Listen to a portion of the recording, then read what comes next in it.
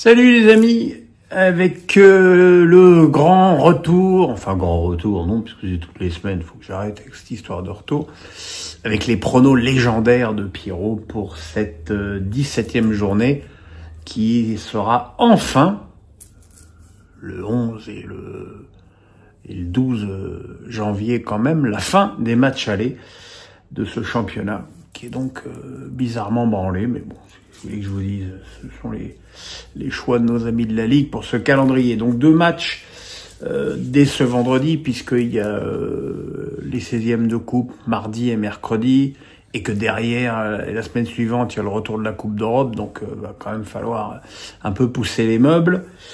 Ça va commencer à 19h avec Nantes-Monaco. Nantes qui a fait un match solide à Lille, comme ils avaient fait un match solide au Parc, comme ils avaient fait un match solide contre Rennes. On va dire quand même que sur les 4 derniers matchs, il y a quand même un progrès à Nantes.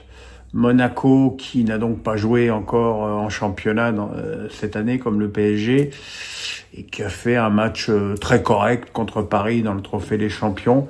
J'ai envie de dire match nul. Auxerre-Lille. Auxerre qui a perdu assez nettement à Strasbourg, même s'ils avaient mené au score, mais qui est quand même très performant au stade d'Abbé Deschamps, et Lille, qui s'est fait rejoindre par Nantes. La vraie question, c'est de savoir si c'est un coup de moins bien pour le LOSC, ou si c'est juste une péripétie là aussi. J'ai envie de dire match nul. Samedi, 17h, match très intéressant entre Brest et Lyon. Brest qui a raté sa reprise en Ligue 1 en perdant à Angers, ce qui est quand même en soi une surprise. Et Lyon qui a lui aussi concédé, enfin non, on n'a rien concédé du tout. Lyon qui a plutôt battu extrêmement difficilement une équipe de Montpellier qui a fait même plutôt un bon match. Là aussi, ça va être un match serré. Brest doit quand même prendre des points, mais j'ai quand même envie de dire victoire de Lyon. Reims-Nice. Reims, ça va pas du tout. Puis Reims a perdu avec Badou. Reims a perdu 3-1 à Saint-Étienne. Et c'est surtout les errances défensives très inhabituelles des Champenois qui interpellent dans ce contexte. Nice qui a fait un bon match voire même un très bon match contre Rennes. J'ai envie de dire victoire de Nice. Rennes-Marseille, voilà un match compliqué à pronostiquer entre une équipe de Marseille qui a gagné, qui a fait vraiment un parcours exceptionnel à l'extérieur puisqu'ils ont perdu qu'un seul match à Strasbourg, et Rennes qui pour l'instant sauve les meubles avec son parcours à domicile. Un match serré, match nul. Dimanche, 4 matchs. À 15h, Le Havre-Lens. J'avoue que je sais plus trop quoi dire sur cette équipe du Havre qui en plus s'appauvrit puisqu'ils ont vendu Ngoura au Péry et qu'ils ont recruté personne.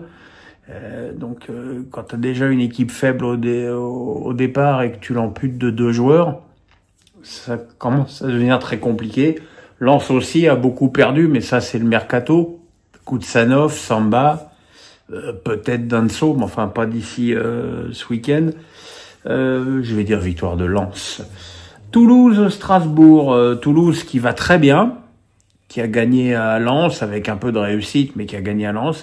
Et Strasbourg qui reste sur 7 points sur les 3 derniers matchs, notamment 2 victoires consécutives en marquant 3 buts à chaque fois.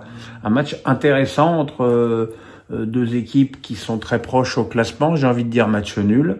Montpellier-Angers. Voilà un match alors là terrible parce que Montpellier doit absolument prendre tout ce qu'il peut prendre à la Mosson, et Angers est évidemment en confiance avec sa victoire contre Brest, mais j'ai quand même envie de pronostiquer une victoire de Montpellier. Et puis PSG Saint-Étienne, ce sera extrêmement intéressant de voir le comportement des Verts après leur match, leur belle victoire. C'est une chose de remporter une belle victoire, mais avec l'excellent jeu proposé par Orneland, l'entraîneur, après le test du Parc est certainement trop élevé pour eux, d'autant que il y a une vraie tradition stéphanoise de perdre au Parc des Princes. Je ne peux rien dire d'autre que victoire du PSG. Voilà, j'ai peut-être pris un petit peu plus de risques que d'habitude, puisqu'on me reproche, même quand je fais 7 sur 9, de jouer toujours la logique. Mais bon, moi j'aime le foot, je suis pas Nostradamus. Voilà mes petits amis, portez-vous bien. La semaine prochaine, on fera certainement, il y aura face à Pierrot, un ou deux débriefs, probablement 2 débriefs de Coupe de France. Jeudi, je vous referai un dossier de Pierrot, puisque ça vous a beaucoup plu contre Marseille, et cette fois, je vous parlerai de mon expérience avec Arsenal. Là, ce sera vraiment plus un papier papier. Il faut que j'arrête avec des papiers, c'est des vidéos de souvenirs. Et puis après, on entendra le championnat, reface à Pierrot et la Coupe d'Europe. Bref, on est ensemble tous les jours pendant un bon moment. Voilà, le pouce, la cloche, on s'abonne. Bonne journée, bye.